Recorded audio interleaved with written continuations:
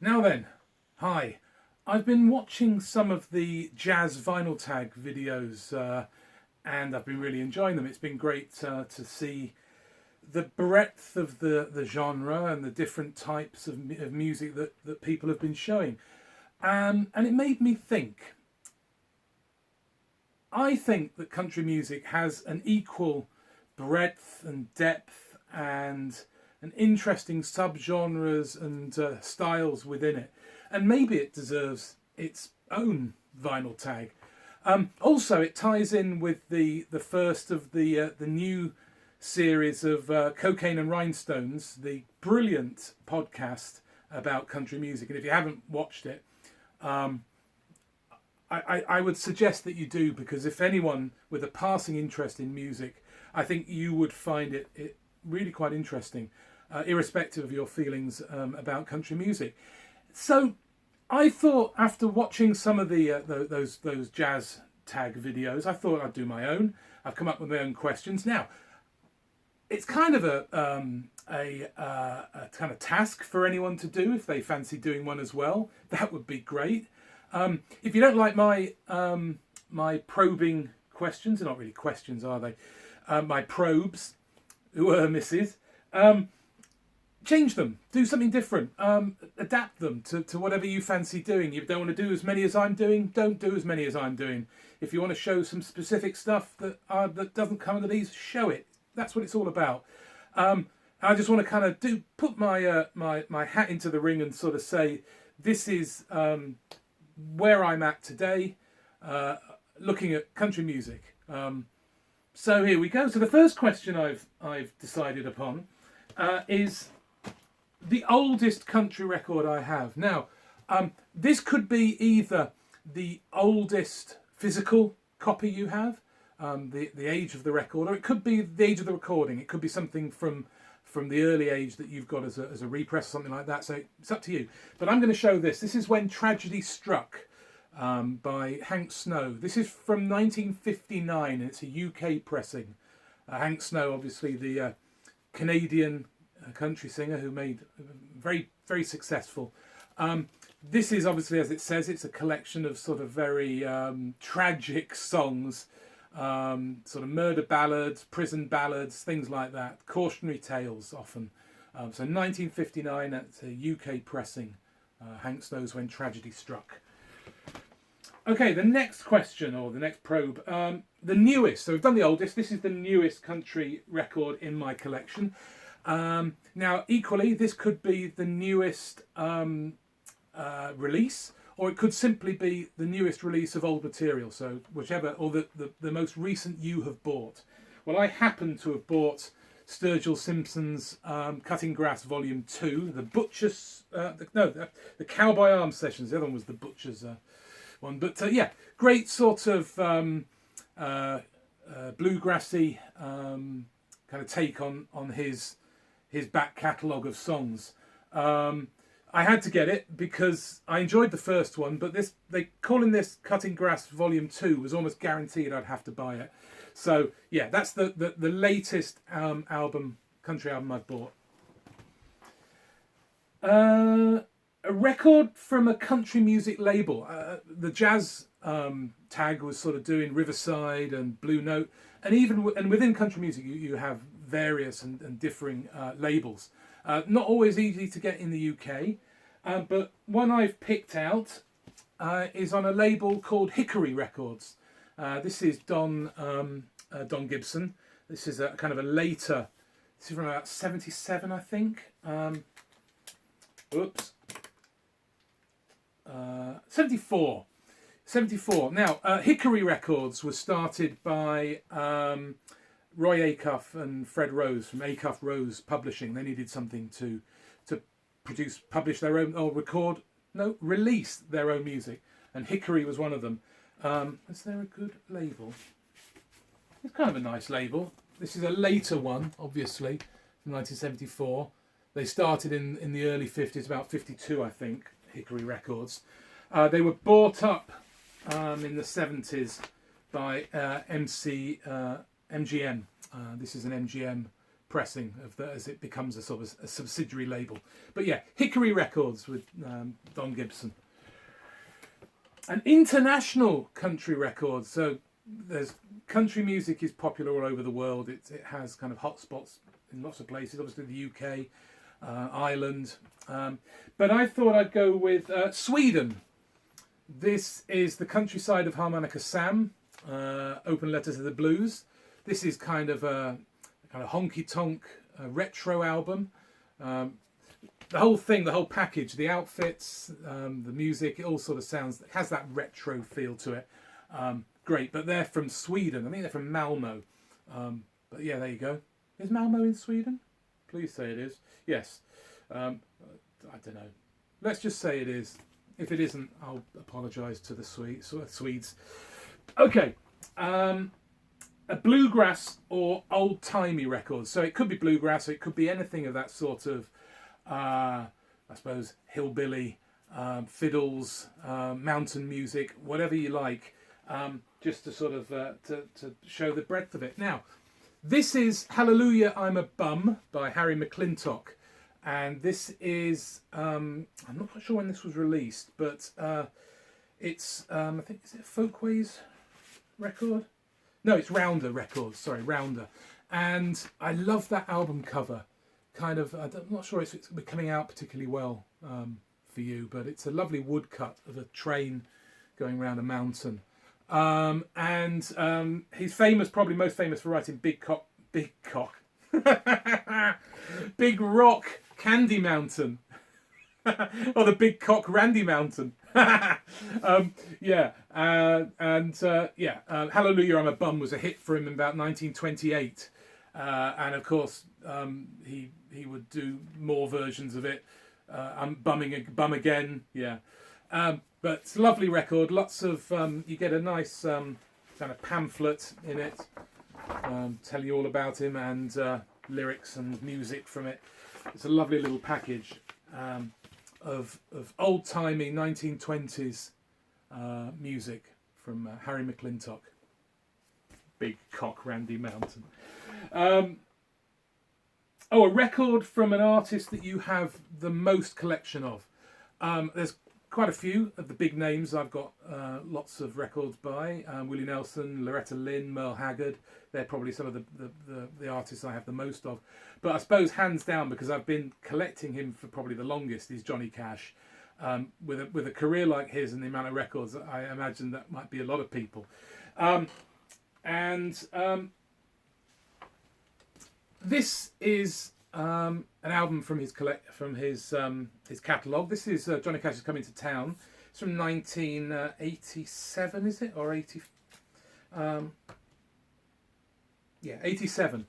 Now this was the first album he recorded for Mercury Records after being dumped by Columbia after 30 years. Can you believe they dumped Johnny Cash? And to be honest, he's revitalised on this record. It starts with a version of a song called The Big Light, which is an Elvis Costello song, which he did on the Elvis Costello Show album. You've also got songs by Guy Clarke and James Talley on here. So he's already looking to modern writers from a different generation, especially with Elvis Costello. So it kind of predates the stuff he did with his American recordings, but it showed that he was looking for new sounds and different music, and reaching out to different generations. A nice sounding record, like I said, the first one on Mercury. After this, it didn't go particularly well, and eventually he left, and then we know what happens next. Okay, a live country record. You get quite a lot of live country records, and I thought I'd go with this one. This is Glenn Shirley. Now, Glenn Shirley wrote a song called Greystone Chapel, which was he wrote whilst he was in Folsom Prison, and he sent a tape of it to Johnny Cash. And Johnny Cash, when he played at Folsom Prison, which you may well have the record of, he plays Greystone Chapel, and he calls out Glenn Shirley on that record. Anyway, and so a couple of years later, Glenn Shirley is in a correctional, where is he? In California, Vacaville, I think it is, California. And he records this record. They send in a load of session players, and they record a record live. There he is.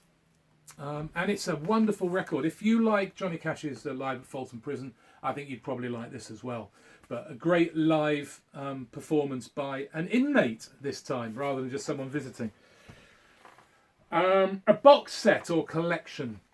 Could be either. I'm going to show this. This is Fonotone Records, Frederick, Maryland. And this is a box set of a record label set up by Joe Bussard. You might know him because he's famous for having a sort of massive collection of 78s. He thinks that all music died after about 1954 or something like that. He hated rock and roll. That was the end for him. And he started his own label, Fonotone Records, and producing on 78s old-timey music, fiddle music, folk kind of mountain music, blues. And this is a wonderful collection of stuff. You get a nice little book about it. What is it? You also get photographs. It's on, what is it? I think 4 discs, 5 discs, which is quite cool. And you even get a Fonotone Records bottle opener. That's kind of cool. So Fonotone Records. I got that for my Christmas present once from my dad. Well, I told him what I wanted. Thanks, Dad. So, Fonotone Records box set. A duet record. Country music is big on duets. Obviously, we've got Porter Wagoner, Dolly Parton, Tammy Wynette, George Jones. But I'm going to show a slightly more odd one. This is Merle Haggard and Bonnie Owens. Merle Haggard, not particularly known as a duet singer, and I'm not sure particularly it works. This is called That Makes Two of Us, and it is from, not gonna tell me, maybe 1970 on Hilltop Records. That's a nice label, isn't it, the Hilltop? Quite like that. Yeah, it's not going to tell me. But Bonnie Owens, of course, was married to Buck Owens, and then she married Merle Haggard. All very incestuous stuff. Neither. I wouldn't say Bonnie Owens is the greatest of singers, but she's okay, does okay. But there you are, Merle Haggard and Bonnie Owens, a duet album.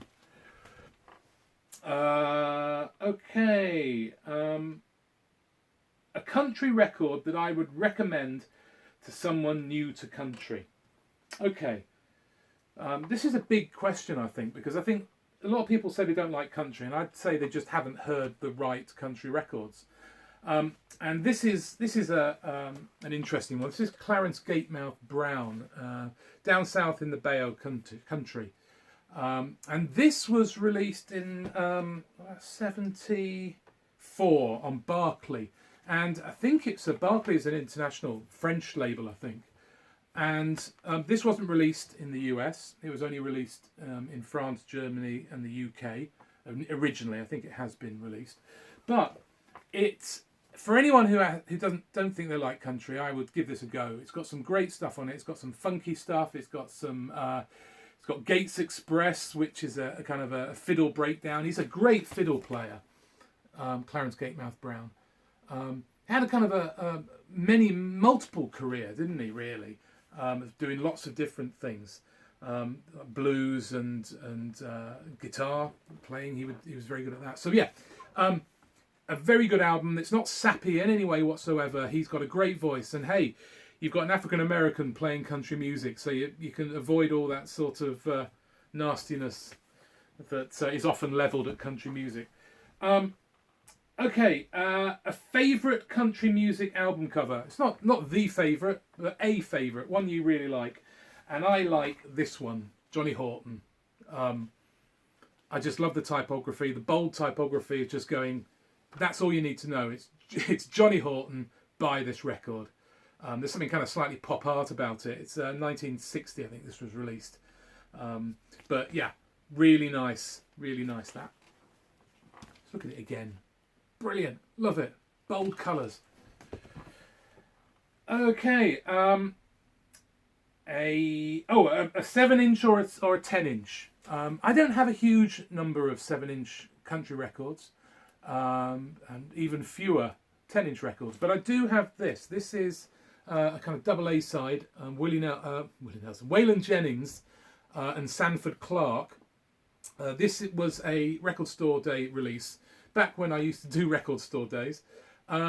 And it's got a couple of great tunes. The Sanford Clarke, It's Nothing to Me, is great. If you haven't heard that, a great sort of song, a murder ballad kind of thing, sung from the perspective of an onlooker in a pub, suggesting to a guy, you don't want to mess with that bloke. Yeah. But hey, it's nothing to me.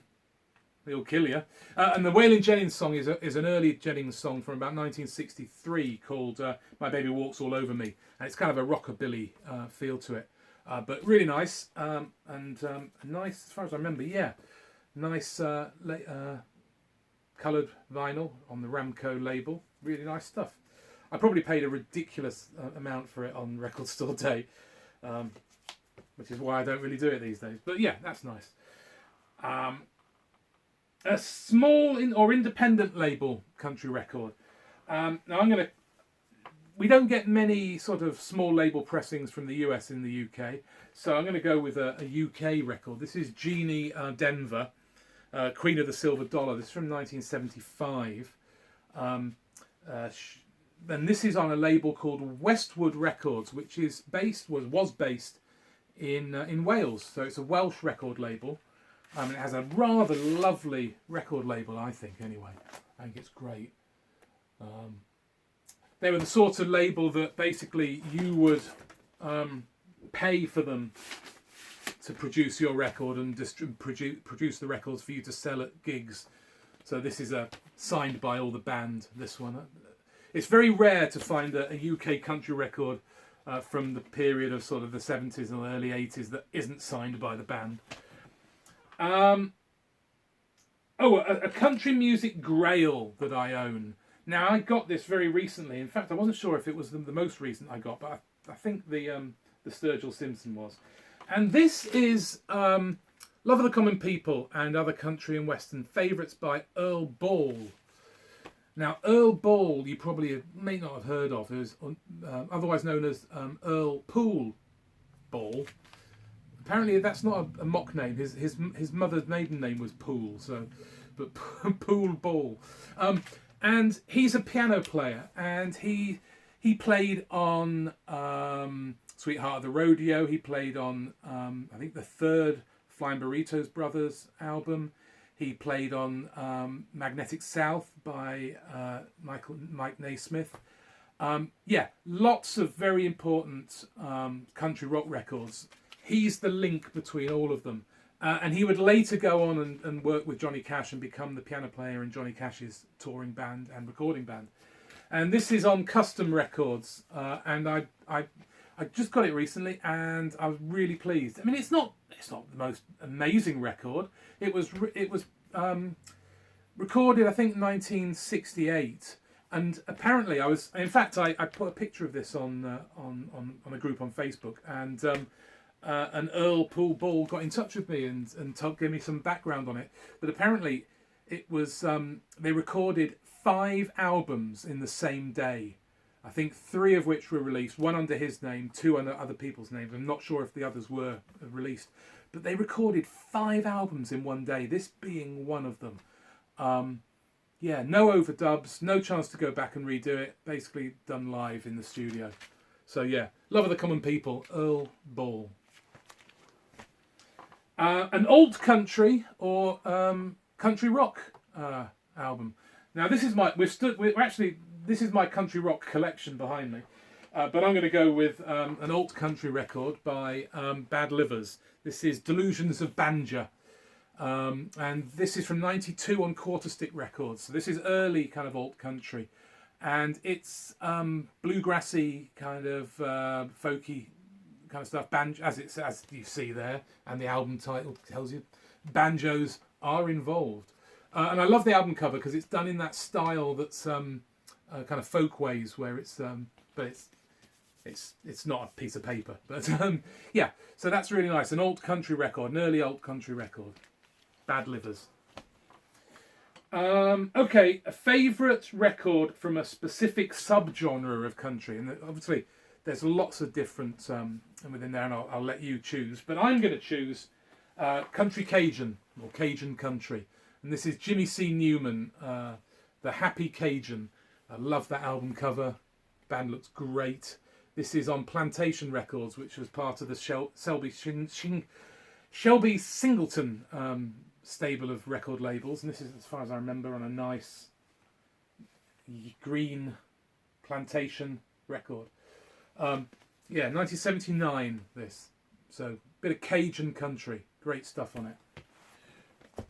And finally, a repress. A favourite country repress. Now, unfortunately, country music doesn't get the sort of attention that jazz does. It doesn't get that sort of audiophile represses. I don't know why. It should do. It deserves to.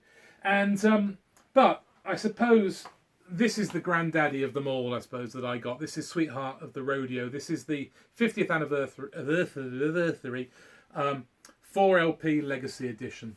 So this is the one that has all of the Graham Parsons vocals that were deleted from the initial release. And I did buy this when it came out on CD, but when this came up as a Record Store Day release a couple of years ago, I just had to get it. So this is my favourite repress. In fact, I'm going to put it on after I finish this video.